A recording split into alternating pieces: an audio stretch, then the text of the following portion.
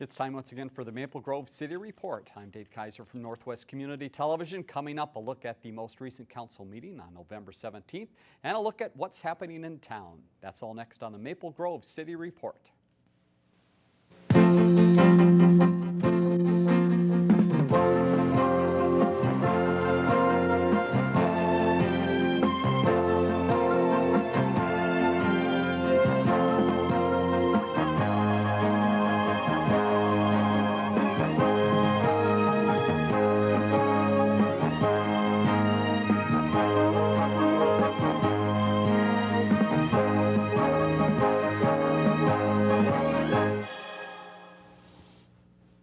And thank you once again for joining us on the Maple Grove City Report, joined by City Administrator Al Madsen. Al, welcome again to the program. Thank you, Dave. The notes are ready, as you see. We've got a rather long meeting to talk about from the City of Maple Grove, but before we get there, a number of things happening around town, some related to the weather we're having here and what might be out there as far as ice, and also some community events to talk about, so you might want to get the pen and paper out. What is new around the City of Maple Grove, Al, before we get to the council meeting? Well, it really should go without saying, reminding people to stay off the ice. Yes.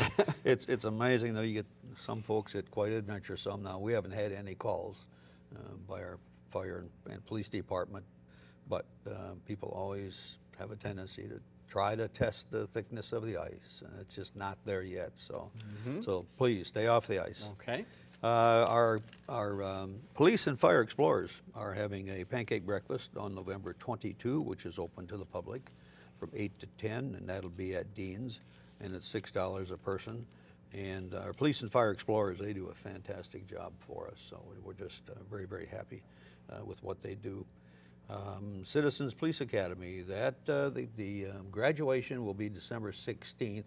But I want to encourage folks to take a look at the 2015 schedule, and they can contact our police department for that. But give some serious thought about being a part of our Citizens Police Academy. It really gives you a great overview of the police department, you know, the sheriff's department, wide range of law enforcement things, and so it's a nice opportunity. And it's certainly not just for people that are thinking of going into law enforcement. Gosh, no, in fact, no. most of the people that attend are not in that realm. That's absolutely right. But they are residents of Maple Grove or maybe business people and just want a better understanding of what all of these important people do.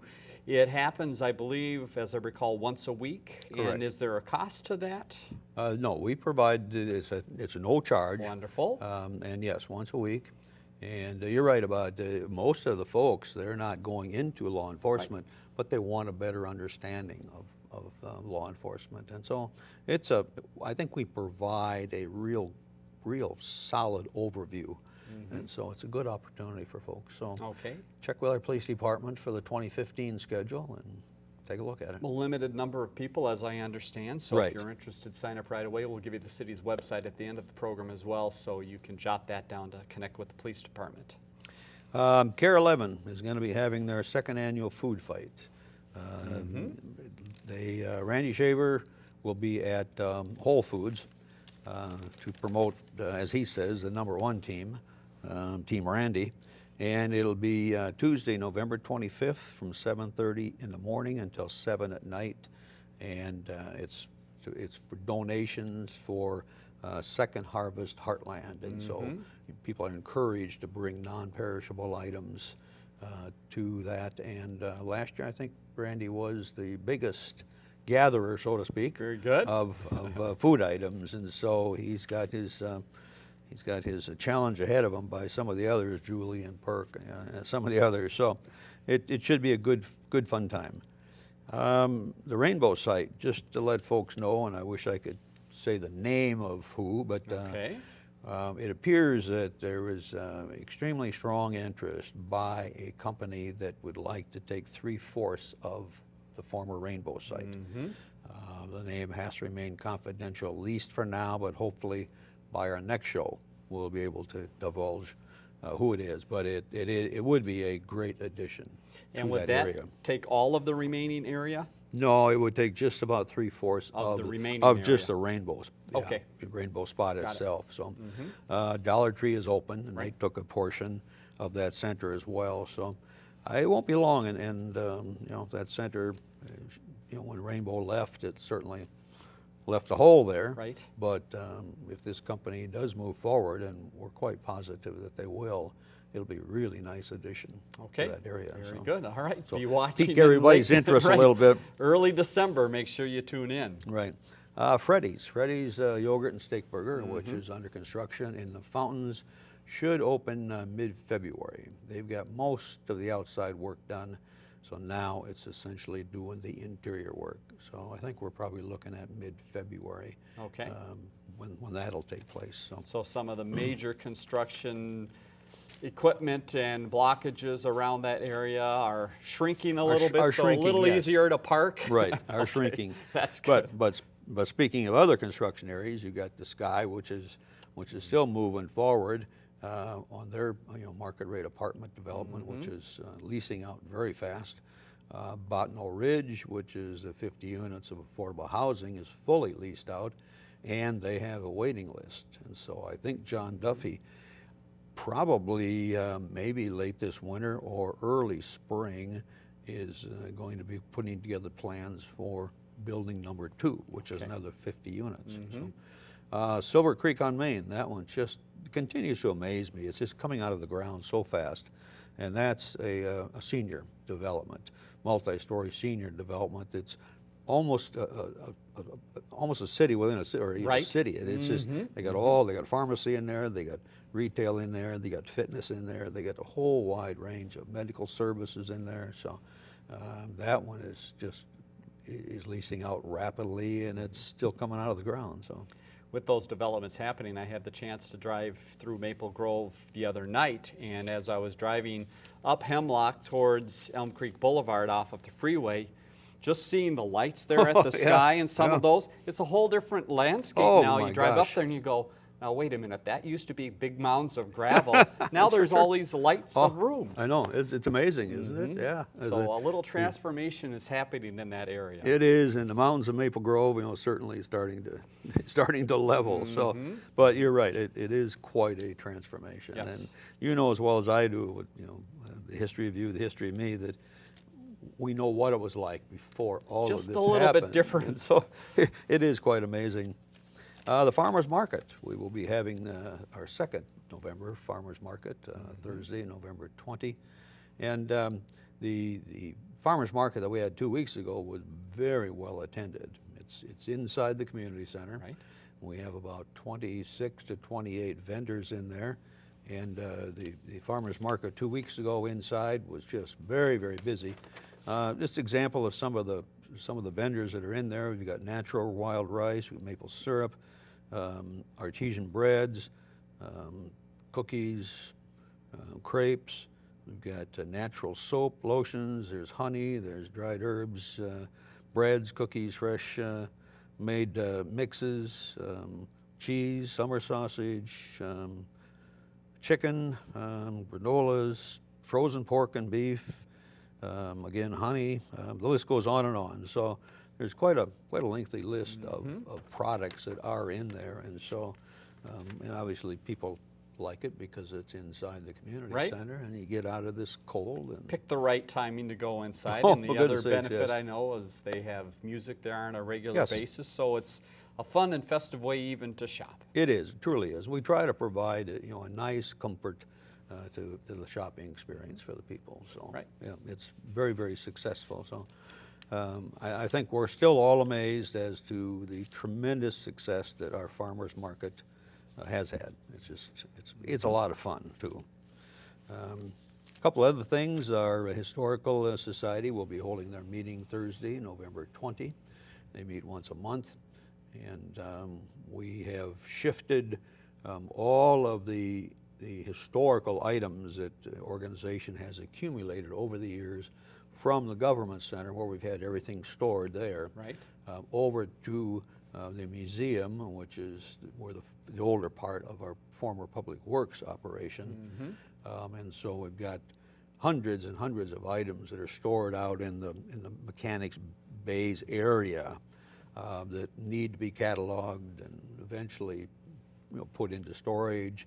We'll be expanding the museum display itself, but that all takes time. So it's a constant work in progress. Is this a group that's always looking for more volunteers? People might get the impression that there's a society and it has people that are employed by it and take care of all of the business, but that's not the case at all. And I would guess you're always welcome for people that might have an interest and maybe some skills in that area to get involved. Absolutely. We don't have any paid employees. No, no. I didn't think so. No, we all donate our time. Yep. And so, absolutely.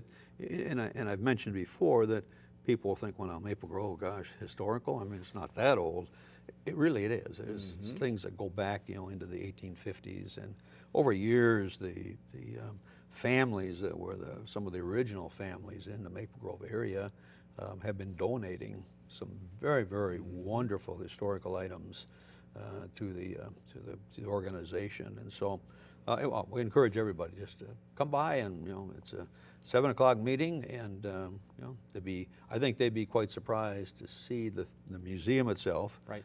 We're working on a variety of different displays right now in time for the holiday season. So it's fun, but it's a great group of people. It really is. They enjoy it. All right. Again, the city's website, the place to go to find out more about that, or you can just call the main number and talk to Al. I think he has a little insight into that group. Be happy to help out.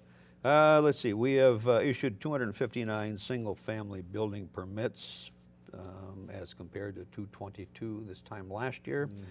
Surprisingly, we're still issuing building permits. That is surprising. It is. You get this kind of cold weather and snow, but in many cases, a builder has gone in, they've come in and applied for an up-to-grade permit where they can do the excavation, they can put in the foundation. Okay. Well, now they're coming in for the full building permit and to start going from the block up.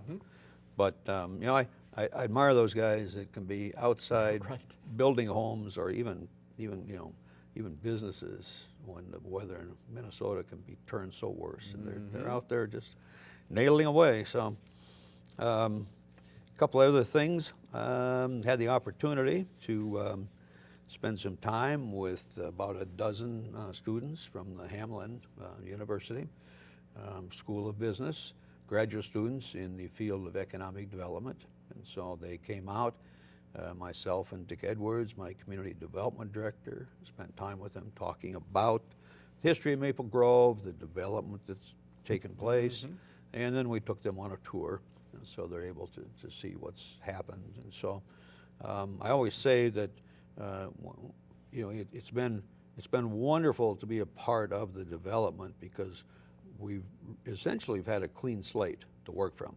Right. We haven't had to go into massive redevelopments. So we've had a clean slate to work with, and then we have a city council and a planning commission that are very much in tune with good, solid planning. So it was nice to spend time showing what the city has to offer. So 2 questions related to those young minds that are coming up. What were they most impressed by in Maple Grove, and what was the toughest question they asked you about developing a community? The females were more interested in the retail. Okay. More interested in shopping, the shopping opportunities. The toughest question was probably how does Maple Grove continue this? Because we have created such a wonderful environment, and you got to keep building on it. And so how do you do that? And you had a clear, concise answer, I'm sure, right? Well, we tried. What we try to do is, we have a comprehensive land use plan, and we try to follow that. And then the question about Hy-Vee did come up. Okay. And in fact, I got a very nice letter from a young man, third grader, who was very impressed with Hy-Vee and would like to see a Hy-Vee in Maple Grove. Sure. Very impressed with his letter. I'd like to meet the young man sometime. We need to inform the folks, though, that where Hy-Vee wanted to go is our comprehensive land use plan for that area calls for non-retail. And so that was the real problem with Hy-Vee and other massive retail in that area. Now, Opus continues to to tweak a project called The Point, Right. which does involve a small element of retail, also includes hotel, banking, service type of industries, and so. But that particular site is guided for non-retail, and we try to follow our comprehensive land use plan as best as we can. And I suppose the students and the public might have the question then, well, if Hy-Vee is so interested and wants to build there, you would think they would know what's best for their efforts, what they think is best for the community. But bear in mind that the city, again, has a plan and has a different thought about that. So the market can't always drive what's developed in a certain spot, because Absolutely right. that may make sense today, but might not make sense down the road. Is that what you're saying? That's absolutely right. Absolutely right. And we continue our discussions with Hy-Vee for there's several other areas in the city that are of interest to them. So Right. they would like to have a store in Maple Grove in 2 years. So, but that particular area that they originally looked at, and the young man in his letter was wondering, why was I opposed to a grocery store, and the developer opposed to the grocery store, and it didn't have anything to do with that. It was strictly, we spent years putting together a comprehensive land use plan as to how we want to see the city develop. And we try not to tweak it too much, because we have to go through the Metropolitan Council to get their approval. And if you tweak your land use plan too much, you're going to start losing credibility with the Met Council. So okay. we try not to change ours too often. And I would think the other thing is you don't want to jump in on a fad or a trend that's happening at one particular point in time, Absolutely. because that can again be detrimental down the road, because that fad may be there and look great for a couple years, but then all of a sudden be gone. Wonderful point. Absolutely right. That you hit it right on the head with that. So you want to take a look at the big picture, at the long range planning, not just what might be hot in 2014. We need to figure out, okay, how is that going to impact the entire city? And whenever we do our comprehensive land use plan, we take a look at what's beneficial for the entire city, not just one particular parcel or one particular corner of the city. So anyway, Okay. I want to thank our Public Works crew for their snow plowing. It's a tough job. I always think it's kind of like being on a school board. It's a thankless job. It seems like you can never get the roads plowed perfect enough. But our crew did a great job. They always do.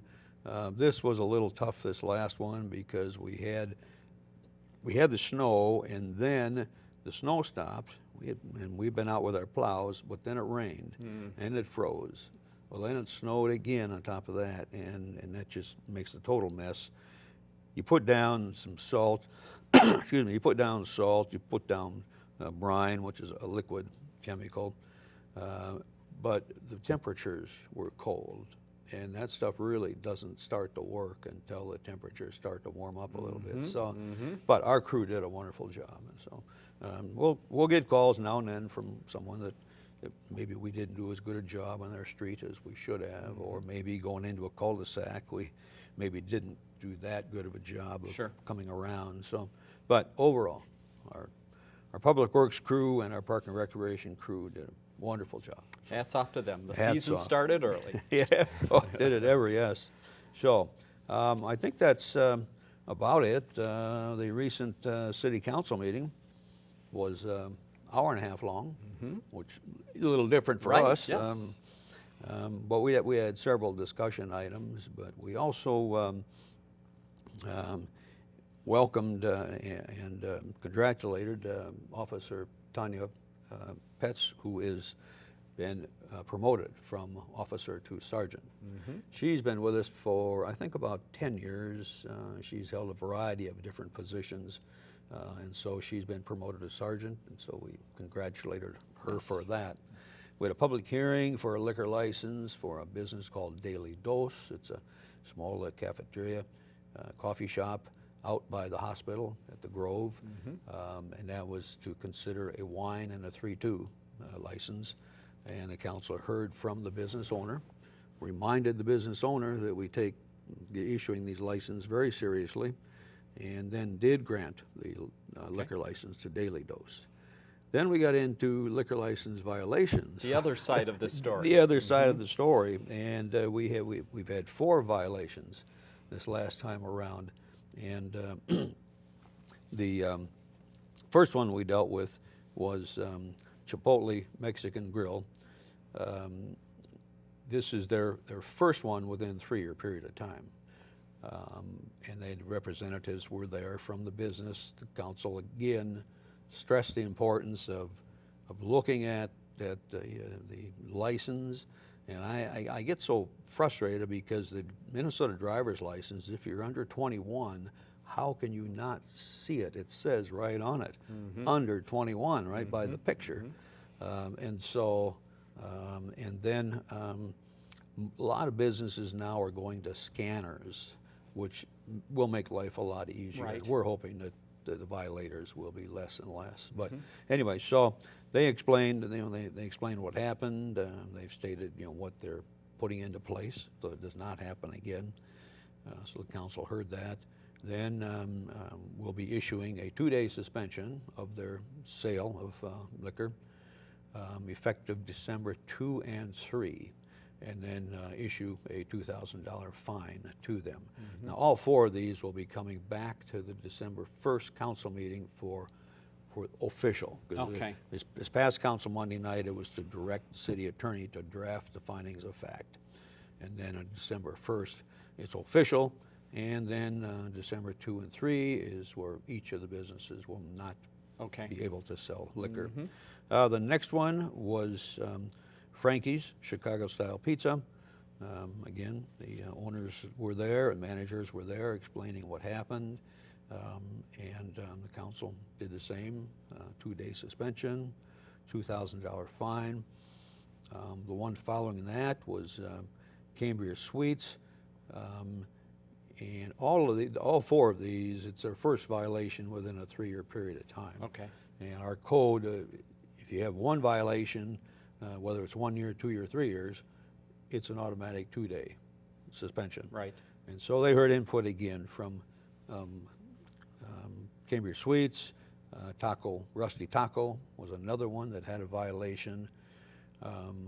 And all of these, again, had a 2-day suspension and a $2,000 fine. One of the things that Councilmember Jager was scolding them about, and I commented as well, is that we offer training sessions 4 times a year. These are mandatory. We expect the employees and management of the business to attend these. Now, we do these 4 times a year so that a business can stagger their employees going to it. So you don't have to delete your entire staff. Right. And so we provide the opportunities, and some of the businesses have been very poor about attending. And so that was brought to their attention, and I think that they will improve themselves from here on. Right. So, it's unfortunate that we have 4, but we deal with it. The other one was what I thought might be some extended discussion, but has to do with roundabouts. Our engineering department has been looking at roundabouts in the Weaver Lake Road, Dunkirk area. Individuals, residents in that area have been concerned about traffic flow, traffic speeds, things like that. So one possibility was to implement some roundabouts. We sought input from all kinds of residents in that area, and they really came out, and they really provided us great input, and it was refreshing. There were people at the meeting, but also people sent emails and sent in the survey that we sent out and phone calls. And so it was really refreshing to see the input that the citizens provided. The council saw that that thought of roundabouts is probably about 2/3 against and 1/3 in favor. And so they tabled any action and asked engineering staff to take a look at some other alternatives. One might be a speed study. Now, I always tell people you got to be careful what you wish for, because there have been some cases where we've conducted a speed study, the information has been sent to the Commissioner of Transportation, Commissioner of Transportation has determined that the study shows a need for higher speeds, not lower speeds. Right. So you always have to be careful how we handle that. So but we haven't completed a speed study in that area for quite some time. And what we may do is put up the portable speed sign that we have. Maybe not an official speed study, but just try to get a flavor of how fast people are going there. So, And again, is this more on Dunkirk, or is this more on Weaver Lake Road, or both? both, but probably more. Oh, that's a good question. I would say both. Okay. Not to pick one over the other, but probably both. So, Okay. So that was tabled. But I really appreciate the input that Yes, the residents it's good to provided. hear. It's very, very refreshing. It really gives us a good picture. The last item of discussion was the point. That is Opus Development at the corner of Elm Creek Boulevard and Hemlock. It's a roughly 40-acre parcel, which they are hoping to develop as a mix of hotel, bank, restaurants, some office buildings. That was one that was debated extensively by the city council.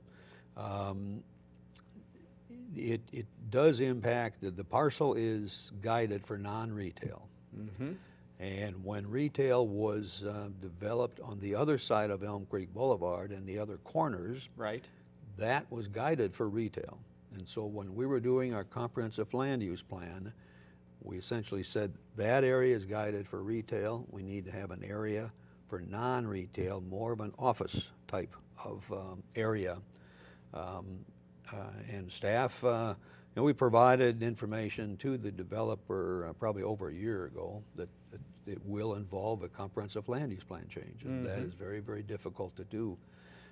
They came in with the first plan, was not found to be acceptable by the Planning Commission, so they went back and tweaked it.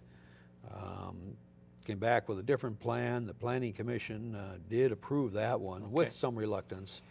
It came to the City Council then at the last meeting. The council still is concerned about changing the land use plan because it does call for non-retail. I don't think they have a problem with a proposed hotel there. That's not considered retail. Okay. Bank is not considered retail. That's more service. And they did show a couple of other future office pads. Okay. Council still was, not overly fond. They felt that there needs to be further work on it, and so they did table that until December 1st. I've not seen anything yet from the developer as to what changes that they might be making, and I assume that they'll be in touch with us to have a meeting so we can try to fine-tune their project a little more. But again, it involves a big site that is designated non-retail, and so the council will have to determine, do you want retail there, and how much? What is the maximum square footage that you could be comfortable with? Right. Is it 25,000? Is it 50,000? Whatever. So we still have quite a bit of work to do on that one. So Okay. Anyway, that discussion went on, and as I say, the council tabled it, and the meeting got over at 9:04, so we had an hour and a half meeting. All right, So, very good. Well, again, some topics that Al mentions that we'll certainly follow up on as they come back to the council at upcoming meetings. We can keep you up to date on those and keep an eye on them for you. Al, thank you very much again for the time. Thank you, Dave. Let's leave you with some information at the end of the program here. The next meeting is on Monday, December 1st, 7:30 at the Government Center. You see the website for the city up at the top. Again, a lot of information there about some of the things we talked about earlier in the program, the Explorers program, also the Maple Grove Historical Society. More information available there if you want to get involved and maybe go visit that site. Number at the bottom, 494-6000 to the city. And if you have questions or comments for the program, our viewer response line, 533-1710. We certainly will try to answer your question on the program. For Al Madsen, I'm Dave Kaiser. Thanks for joining us on the Maple Grove City Report.